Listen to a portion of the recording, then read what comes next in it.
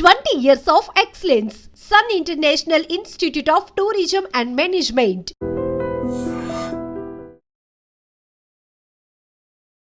Hi sir, hi నమస్తే. అండి. నమస్తే. సార్, చాలా మందికి ఇప్పుడు ఈ జనరేషన్లో వాళ్ళకి స్టాక్ మార్కెట్ అంటేనే చాలా భయం ఏర్పడుతుంది.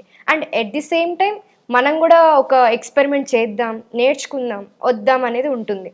సో స్టాక్ మార్కెట్లో మ్యూచువల్ ఫండ్స్ ఏంటి, ఈ స్టాక్ మార్కెట్ ఏంటి, దాని గురించి ఒకసారి చెప్తారా? శ్రావ్య గారు, మంచి క్వశ్చన్ అండి.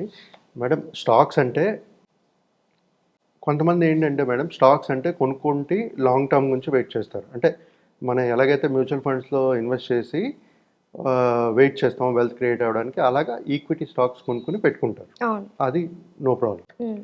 కానీ ట్రేడింగ్ చేస్తారు. ట్రేడింగ్ అంటే బై అండ్ సెల్ చేస్తుంటారు, ఫ్యూచర్ ఆప్షన్స్ ఆడుతుంటారు. దాంట్లో రిస్క్ చాలా ఎక్కువ. ఓకే. రికమెండేషన్స్ ఇస్తుంటారు, కొంటుంటారు, అమ్మేస్తుంటారు. మ్మ్. ఇప్పుడు ఏమవుతుంటుందంటే, ఒక రికమెండేషన్ ఇచ్చినప్పుడు కొంటాం, మ్మ్. ఈ ప్రైస్కి అమ్మేయండి అని చెప్తారు. అవును. ఆ ప్రైస్ ఒకవేళ ఇటు అటే వెళ్ళినా మనం అమ్మలేదనుకోండి, మ్మ్. లాస్ అయిపోతాం మ్మ్. స్టాక్స్లో.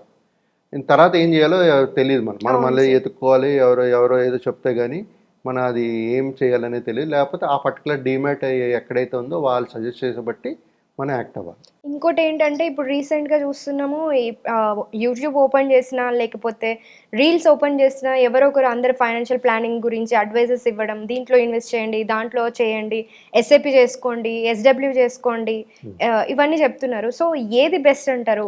ఇప్పుడు చూడండి మేడం, ఇప్పుడు స్టాక్స్కి మేజర్ పీపుల్, చిన్నపిల్లలందరూ ఏం చేస్తున్నారంటే, మ్మ్. వాళ్ళకి ఇమీడియట్ వెల్త్ క్రియేట్ కావాలి. అవును. So they want a quick returns కావాలి, క్విక్ రిటర్న్స్ కావాలి. Good returns, quick wealth creation కావాలి.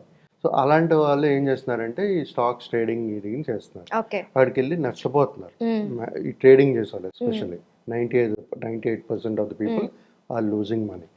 మిగతా వాళ్ళు ఎవరైతే ఈ స్లోగా వెల్త్ క్రియేట్ చేయాలనుకున్న వాళ్ళు ఒక ఈక్విటీ ఇన్వెస్ట్ చేయడం, లేదంటే ఒక మ్యూచువల్ ఫండ్స్లో ఇన్వెస్ట్ చేయడం చేసుకునేటప్పుడు ఈ వెల్త్ అనేది క్రియేట్ అవుతుంది. మ్మ్. కానీ స్టాక్ సెలెక్ట్ చేసేటప్పుడు మనం పర్టికులర్ ఒక స్టాకే సెలెక్ట్ చేస్తున్నాం.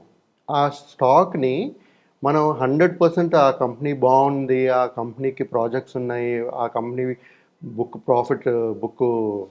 ప్రాఫిట్లో ఉంది, ఇవన్నీ అనలైజ్ చేసుకుంటూ చేయాలి. ఒక సామాన్య మనిషి చేయలేరు. మ్మ్. సో ఇది రికమెండేషన్స్ బట్టి, ఎవరైనా రికమెండేషన్స్ బట్టి కొనుక్కుని పెట్టుకుంటారు. మ్మ్. సో కొన్ని మంత్స్, ఒక 1 month, ఒక 5-6 months, లేకపోతే 1 year పెట్టి మళ్ళీ మార్చుతూ ఉంటారు. ఈ స్టాక్స్ని అమ్మేడాలు, కొండాలు చేస్తుంటారు. సో ఇది చేయడానికి వాళ్ళకి సమయం ఉండాలి. మోస్ట్ ఆఫ్ ద పీపుల్ ఏం చేస్తారు, ఒక జాబ్ చేస్తుంటారు, ఇది చేస్తుంటారు. మ్మ్. రెండు ఒక్కసారి జరిగే పని కాదు మేడం. ట్రేడింగ్లోనా సార్? ట్రేడింగ్ మ్మ్. చేసే పని కాదు. అది స్టాక్స్ కొనుక్కుని వదిలేయండి, మనం అప్పుడప్పుడు టైం ఉండేటప్పుడు చూసుకోవచ్చు. చెక్ అది చేసుకుంటే ప్రాబ్లం లేదు. సరిపోతుంది. అది ప్రాబ్లం లేదు. కాకపోతే నేనేం చెప్తానంటే, ఒక ఇన్వెస్ట్మెంట్ చేద్దాం, డైవర్సిఫై చేసుకోండి. స్టాక్స్ కొనుక్కోండి, మ్యూచువల్ ఫండ్ పెట్టండి. మ్యూచువల్ ఫండ్స్లో ఇన్వెస్ట్ చేశారు అనుకోండి, ఒక ఎక్స్పర్ట్ ఉంటాడు, ఫండ్ మేనేజర్ ఉంటాడు, అవును. మీ ఫండ్ మేనేజ్ చేస్తాడు. రెగ్యులర్గా వాళ్ళకి ఒక రీసెర్చ్ టీమ్ ఉంటుంది, అనలైజ్ చేసుకుంటూ ఏ స్టాక్స్లో మన ప్లాన్లో ఉండాలి, ఏది ఉండకూడదు అనేది మంచి సర్వీస్ ఇచ్చేటప్పుడు అలాంటి ఇన్వెస్ట్మెంట్స్ చేయాలి కదా మనం. అవును. సో ప్లస్ అక్కడ ఏంటంటే, ప్రతి ఒక్క స్కీమ్లో ఉన్న 30 నుంచి 40 స్టాక్స్ ఉంటాయి. డైవర్సిఫై అవుతుంది కదా. అవును సార్. డైవర్సిఫై అయినప్పుడు మనకి రిస్క్ అనేది తగ్గుతూ ఉంటుంది. సో ఇప్పుడు ఈక్విటీ మార్కెట్ బెస్ట్ అంటారా, మ్యూచువల్ ఫండ్స్ బెస్ట్ అంటారా? ఇది ట్రికీ క్వశ్చనే, బట్ చెప్పండి. ఓకే. ఇప్పుడు ఈక్విటీ మార్కెట్ అంటే, ఇప్పుడు మ్యూచువల్ ఫండ్స్ కూడా ఈక్విటీ కదా. అవును, అవును. ఎందుకంటే దాంట్లో కూడా స్టాక్స్ ఉన్నాయి, stocks బట్ ఇక్కడ మనకి ఫండ్ మేనేజర్ ఉంటారు కాబట్టి కొంచెం సేఫ్ జోన్ అనుకోవచ్చు. అవును. సో నేను అదే చెప్తాను మేడం, కొంతమందికి ఏంటంటే సొంతగా చేసుకోవాలి, ఈక్విటీ స్టాక్స్ మీద ఇంట్రెస్ట్ ఫోకస్ ఉంటుంది. లేదు, నాకేం తెలీదు, నేనేం చేయలేను, నాకు నాలెడ్జ్ లేనప్పుడు మాత్రం mutual fund is very better. నాకు నాలెడ్జ్ ఉంది, కొంచెం ఏదో ట్రై చేస్తాను అనుకుంటే మీరు ట్రై చేయండి. ట్రై చేస్తే మీకు తెలిసిపోద్ది కదా 1-2 yearsలో. అవును. కానీ మీరు 50 yearsకి 60 yearsకి వచ్చి స్టాక్లో గీలు కొనకండి. ఓకే. అప్పుడు ట్రయల్ ప్రయత్నాలు చేయకండి. Okay. That is not correct process అండి. సరే సార్, ఒక చిన్న ఎగ్జాంపుల్ తీసుకుందాం. ఇప్పుడే ఏమంటారు, ఒక జాబ్ వచ్చిన పర్సన్ ఉన్నారు, యంగ్ ఏజ్ పర్సన్, ఒక 23 years పర్సన్ అనుకున్నాం. అతను ఆ ఏజ్ నుంచే ఇన్వెస్ట్మెంట్ ప్లాన్స్ చేద్దామని అనుకుంటున్నారు, కానీ నాలెడ్జ్ లేదు. అలాంటి వాళ్ళకి ఏది సజెస్ట్ చేస్తారు మీరు? Mutual funds. Okay. Mutual funds is very simple madam. మ్మ్. చిన్న అమౌంట్ నుంచి చేసుకోవచ్చు. మ్మ్. వాళ్ళకి ₹1,00,000 సంపాదిస్తున్నారు అనుకోండి, అలా 5,000 సిప్తో స్టార్ట్ చేయొచ్చు. ఓకే. 5,000 సిప్ స్టార్ట్ చేసుకుంటే ఒక 2 సంవత్సరాల తర్వాత వాళ్ళకే తెలుస్తుంది ఎలా పెరుగుతుంది ఏంటనేది. మ్మ్. అప్పుడు ఇంక్రీజ్ చేసుకోమనండి వాళ్ళ ఎస్ఐపి. ఓకే. లేదు నా కొంత నాలెడ్జ్ ఉంది అనుకోండి, పెట్టమనండి. ఎప్పుడైతే సమయం ఉందో మ్మ్. యంగ్స్టర్ చిన్నప్పటి నుంచి ఇన్వెస్ట్మెంట్ చిన్న అమౌంట్ అయినా చేసుకుంటూ వెళ్తే ఒక వెల్త్ క్రియేట్ అవుతుంది. మ్మ్. కానీ లాంగ్ టర్మ్ లో మంచి బెనిఫిట్స్ చూడొచ్చు. చూడొచ్చు. కానీ ఇప్పుడు చిన్నపిల్లలు ఏం చేస్తున్నారంటే వాళ్ళకి ఇమ్మీడియట్ వెల్త్ క్రియేట్ అవ్వాలి, దానివల్ల ట్రేడింగ్ గిడింగ్స్కి వెళ్తున్నారు, నష్టపోతున్నారు. మళ్ళీ ఆ ప్లానింగ్ అనేది కొంచెం భయపడతారు ముందు. కొంతమంది అయితే అప్పులు చేసి ట్రేడింగ్ చేస్తున్నారు. ఇవన్నీ కరెక్ట్ కాదు కదా. మనకు ఉండే డబ్బుల్ని మనం మేనేజ్ చేసుకుంటూ ప్రొఫెషనల్గా ప్లానింగ్ చేసుకోగలిస్తే వెల్త్ అనేది ప్రతి ఒక్కరికి క్రియేట్ అవుతుందండి. సో మీ దగ్గరికి చాలా మంది క్లయింట్స్ వస్తూ ఉంటారు. వాళ్ళు చేసిన మిస్టేక్స్ లో ఎందుకు ఇట్లాంటి మిస్టేక్స్ చేశారు అని అనిపించింది ఏమైనా ఉందా సార్?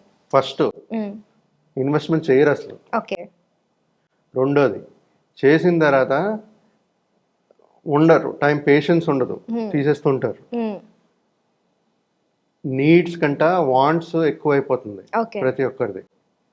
ఈ ఈ మనకు కావాల్సిన మనం ఎప్పుడైనా ఇన్వెస్ట్ చేసేటప్పుడు ఒక గోల్ ఫోకస్డ్గా ఉండాలి మేడం. కన్సిస్టెన్సీ ఉండాలి. కన్సిస్టెన్సీ ఉండే డిసిప్లిన్ ఉండాలి. ఓకే. మనం ఫస్ట్ పెట్టే ముందు ఆలోచించండి మీరు, నేను ఎందుకు పెడుతున్నాను, ఎంత సమయం నుంచి పెడుతున్నాను, ఏం కావాలి నాకు, అది క్లియర్గా ఉంటే ప్రతి ఒక్కరూ వెల్త్ క్రియేట్ చేయగలుగుతారు. కానీ మీరు మీ థాట్స్ మారిపోతూ ఉందనుకోండి, ఓకే. ఇవాళ మ్యూచువల్ ఫండ్స్లో పెట్టారు, లేదు దీంట్లో రావట్లేదు నాకు, స్టాక్స్లో రేపు వస్తుందని చెప్పి రేపు ట్రేడింగ్కి వెళ్ళారు అనుకోండి, అక్కడ డబ్బులు పోతే మళ్ళీ ఇక్కడికి రావాలి. అంటే ఈ ప్లానింగ్ ఇదైపోతుంది, ఈ ప్లానింగ్ కూడా పాడైపోతుంది. సో ఏ ప్లానింగ్ ఫోకస్ లేదనుకోండి వెల్త్ క్రియేట్ చేయలేరు. ఆ కన్ఫ్యూజన్ ఉండకూడదు. ఓకే. వన్స్ స్టెప్ ఇన్ అవుతున్నారంటే ఒక క్లారిటీతో దీంట్లోనే ఉంటాను, దీంట్లో లాంగ్ టర్మ్లో ఉంటాను, ఇంత ఇన్వెస్ట్ చేస్తాను అనే ప్లానింగ్తో వస్తే బెనిఫిట్స్ చూడొచ్చు. అంతేనా సార్? మీకు ఇంకోటి చెప్పాను కదా, ఈక్విటీలో పెట్టుకోవచ్చు అని. అవును. కొంత పార్ట్ పెట్టుకోండి, ఓకే. ట్రేడింగ్కి వెళ్ళకండి, స్టాక్స్ కొనుక్కోండి, మిగతాది మ్యూచువల్ ఫండ్స్లో పెట్టుకోండి. సో ఎక్కడైతే ఇన్ఫ్లేషన్ బీట్ చేసే రిటర్న్స్ రావాలి, ఈ రెండు ఇచ్చే ఛాన్సెస్ ఉంటాయి. కానీ స్టాక్ సెలెక్ట్ చేసుకున్నప్పుడు చాలా జాగ్రత్తగా అనలైజ్ చేసుకుని కొనుక్కోవాలి. ఇదైతే ఫండ్ మేనేజర్ చూసుకుంటారు, దాన్ని బట్టి ఇన్వెస్టర్ డిసైడ్ చేసుకోవాలి. సో యంగర్ జనరేషన్కి అయితే ఫస్ట్ మినిమం నాలెడ్జ్ ఉన్న వాళ్ళైతే ఫస్ట్ మ్యూచువల్ ఫండ్స్లో ఇన్వెస్ట్ చేసుకోండి, దాని నుంచి ఒక నాలెడ్జ్ వస్తుంది, దాన్ని బట్టి మీరు ఈక్విటీకి వెళ్ళొచ్చు అని చెప్తారు. Beautiful madam. ఎందుకంటే మ్యూచువల్ ఫండ్స్ చిన్న అమౌంట్లో స్ట్రిప్ స్టార్ట్ చేయొచ్చు, స్ట్రిప్ కట్టలేకపోతే ఆపచ్చు, దాంట్ నుంచి డబ్బులు కావాలంటే మనకి తీసుకోవచ్చు, మనకి స్టెప్ అప్ కావాలంటే పెంచుకోవచ్చు. ఆ మధ్యన ఒకవేళ అంశంలు ఉంటే మళ్ళీ యాడ్ చేసుకోవచ్చు. ఇంకేం కావాలి మేడం, మనకి లిక్విడిటీ ఎప్పుడు కావాలంటే అప్పుడు తీసుకునే ఛాన్సెస్ ఉన్నప్పుడు. ఇంకా అదైతే స్టాక్ అయితే ఇప్పుడు ఒకవేళ ఒకే స్టాక్ కొన్నారు, అది పడింది అనుకోండి, లాస్ లో ఉంది అనుకోండి, మీరు ఏం చేస్తారు? తీయలేరు, అలా కూర్చోవాలి.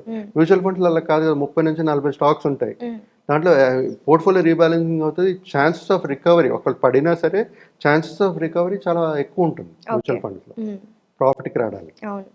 ఆ విధంగా ప్లాన్ చేసుకోవచ్చు madam. Okay sir, thank you so much sir. Thank you.